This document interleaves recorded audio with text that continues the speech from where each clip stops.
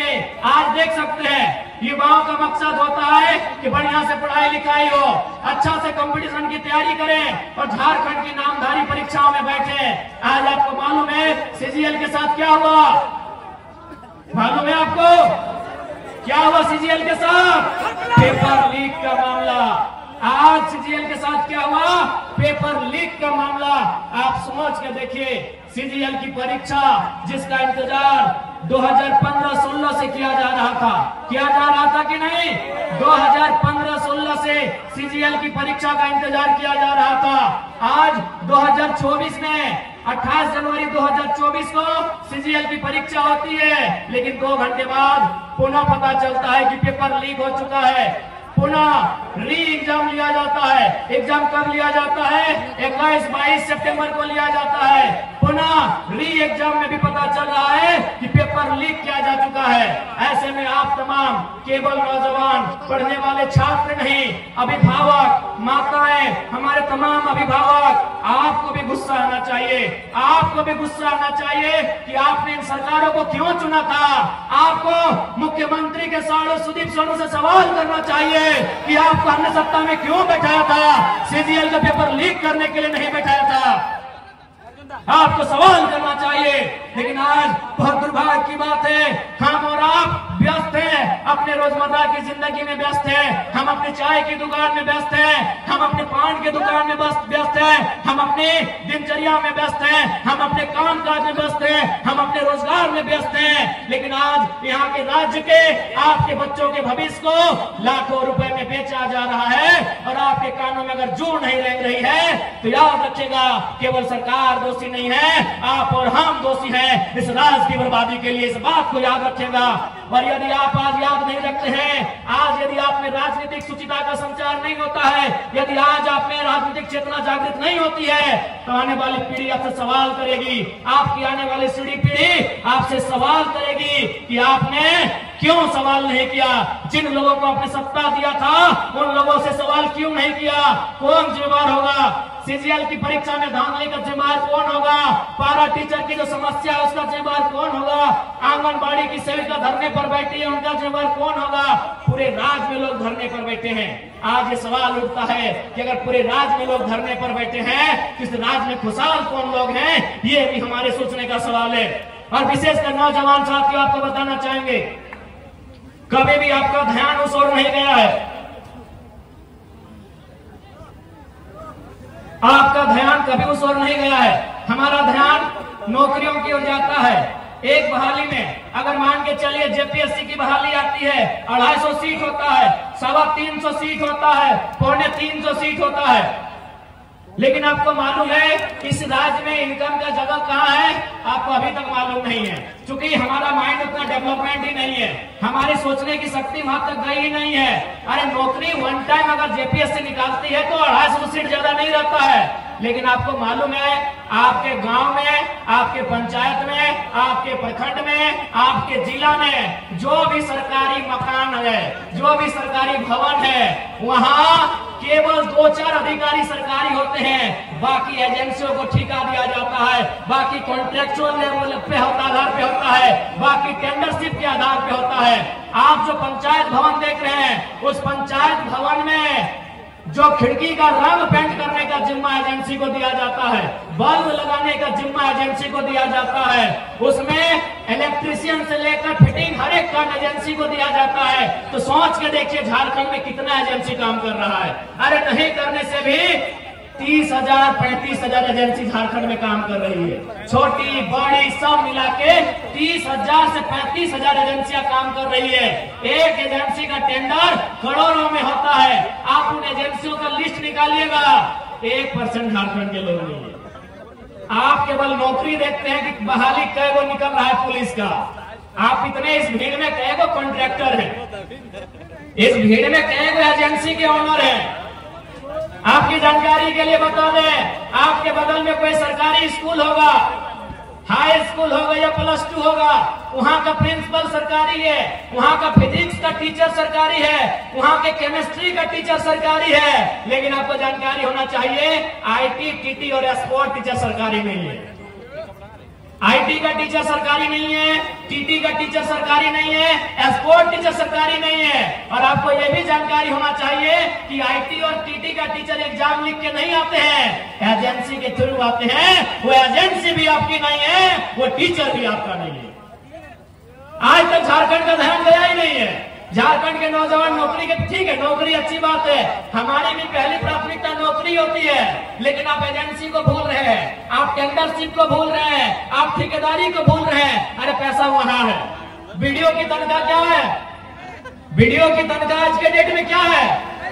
50,000, 1 लाख है। चलिए 1 लाख मानते हैं, चलिए मान लेते हैं बढ़िया पदाधिकारी की तनख्वाह 1 लाख है, तो 12 महीना में 12 लाख, यानी 1 साल का 12 लाख। वो नौकरी कितना करेगा? 30 साल। कितना? 30 साल। 12 को 30 से गुना करिए, 3.6 करोड़। क्या कैलकुलेशन सही है? 3.6 यानी 3.6 करोड़। यानी एक वीडियो एक बढ़िया साल में कितना पैसा कमा रहा है? 3.6 करोड़। आपको जानकारी होना चाहिए, एक छोटा एजेंसी करोड़ों का बजट एक बार में, हमको लगता है एक बार जब वो लेती है करोड़ रुपए बचत कर लेती है। आज तक किसी लीडर ने आपको इस ओर लेके नहीं गए हैं, कोई लीडर नहीं, किसी को मतलब नहीं है। आप कहीं चले जाइए, आप अस्पताल में चले जाइए, स्वास्थ्य केंद्रों में, डॉक्टर सरकारी हो सकता है, डॉक्टर सरकारी हो सकता है, वॉचमैन सरकारी नहीं है, जो गार्ड है वो सरकारी नहीं है, जो सफाई कर्मी है वो सरकारी नहीं है। वो कहां से आते हैं? परीक्षा लिख के नहीं आते हैं, वो एजेंसी के माध्यम से आते हैं, ठेकेदारी के माध्यम से आते हैं, कॉन्ट्रैक्ट बेसिस पे आते हैं। अरे वहां आपका ध्यान गया ही नहीं है। इसलिए आज लोग मुझसे क्यों चिढ़ते हैं मालूम है? क्यों ये लोग इनके रातों के सपनों में हम आते हैं? क्योंकि ये बोलते हैं घरों में कि ये लड़का लीडर नहीं टीचर ज्यादा है, ये पढ़ाता है, ये अपनी सभाओं में भाषण कम पढ़ाता है, लेक्चर और क्लास ज्यादा लेता है। नहीं बताइए किस लीडर ने आपको बताया है? किसने आपको बताया है? झारखंड में, ये तो आपके इधर की बात मैं कर रहा हूँ। चलिए कोयलियरी की चक्कर लगाइए, जहाँ कोयला खोला जाता है, वहां की कंपनियों का नाम है संजय उद्योग, खेमका, आनंदिता, त्रिवेणी, मैंने ऐसे ऐसे लगभग सैकड़ों कंपनियां हैं जो कोयला खोदने का काम करती है। वो कहाँ की है? हैदराबाद की है, इलाहाबाद की है, पटना की है, कलकत्ता की है, गुजरात की है, महाराष्ट्र की है, चेन्नई की है। आपके गिरिडीह और रांची की एक भी नहीं। इसलिए यदि हम लोग सरकार में आते हैं तो सरकारी नौकरी तो छोड़िए, एजेंसियों में भी 75% झारखंड के लोगों को प्रमोट करेंगे। झारखंड के लोगों को 75% प्रमोट करेंगे। और आपको मालूम है सरकार क्या चीज है, आपको मालूम है। उसके बाद चूंकि ये लोग ये तर्क देते हैं कि भारत के संविधान में कहीं इस बात का जिक्र नहीं है कि हम किसी को जाति के आधार पे, धर्म के आधार पे उनको नौकरियों में आने से रोके। सही बात है। भारतीय संविधान आर्टिकल 15 और 16 को पढ़िएगा, उस आर्टिकल में कहीं इस बात का जिक्र नहीं है। वहां क्या लिखा है कि हम किसी को धर्म, जाति, लिंग, मूल स्थान, जन्म स्थान इत्यादि के आधार पर भेदभाव नहीं कर सकते हैं। लेकिन ध्यान रखिएगा, वहां भाषा का जिक्र कहीं नहीं, हम भाषा के आधार पर रोकेंगे। भारत के संविधान में आर्टिकल 15-16 को पढ़िएगा, आपके हाथ में गूगल है, वहां जाति का जिक्र है, धर्म का जिक्र है, लिंग का जिक्र है, जन्म स्थान का जिक्र है, भाषा का जिक्र नहीं है। हम भाषा के आधार पर रोकेंगे। गिरिडीह में परीक्षा गिरिडीह की भाषा के आधार पर लेंगे। अब सवाल है कि कैसे भाषा के आधार पर परीक्षा लेने से कैसे रुकेंगे?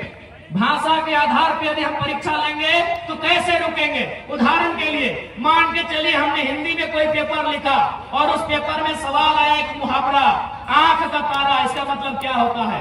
आग बबूला होना, इसका मतलब क्या होता है? कमर कसना, इसका मतलब क्या होता है? तो आपके साथ साथ आधा भारत के लोग इसका उत्तर जानते हैं कि आंख का तारा मतलब होता है बहुत प्यारा, कमर कसना का मतलब होता है तैयार होना, आग बबूला का मतलब होता है गुस्सा होना, क्रोधित होना। आधा भारत इसका उत्तर जानता है। लेकिन इसी सवाल को अगर हम अपनी भाषा में, झारखंड की क्षेत्रीय भाषा में पूछेंगे कि पकड़ करे हाथ करे करे झांक की लगेगा कि पकड़ करे हाथ करे करे झांक एक माने की लगे बुझाओ के बुझता है कि हाथ से छूटल माछ और बांधे गड़ल कांच भूर भूर ना पावाए क्या बुझता है। यानी अगर गवर्नमेंट के पास दिमाग हो तो ये फॉर्म भी ले लेंगे और वे रुक भी जाएंगे, लेकिन ना इनके पास दिमाग है और ना दिल है, इसीलिए पत्थर दिल होके झारखंड की नौकरियों को बेच रहे हैं। अब आप कहेंगे कि क्या भाषा के आधार पर रोक सकते हैं कि नहीं, तो अब जाइए उड़ीसा की वेबसाइट को चेक कीजिए जिससे नियोजन का नोटिफिकेशन निकलता है। आप पश्चिम बंगाल की वेबसाइट को चेक कीजिए जहां से नियोजन का नोटिफिकेशन निकलता है। आप तमिलनाडु के वेबसाइट को चेक कीजिए, आंध्र प्रदेश के वेबसाइट को चेक कीजिए जहां से नियोजन का नोटिफिकेशन आता है। वहां साफ साफ लिखा है उड़िया भाषा का जानकारी है तो भरिए, नहीं तो घरे भीतरे रहिए। लेकिन झारखंड क्या है? झारखंड बाबा जी का ढाबा है, जिसको मन है जिधर से मन है आइए खाइए और जाइए।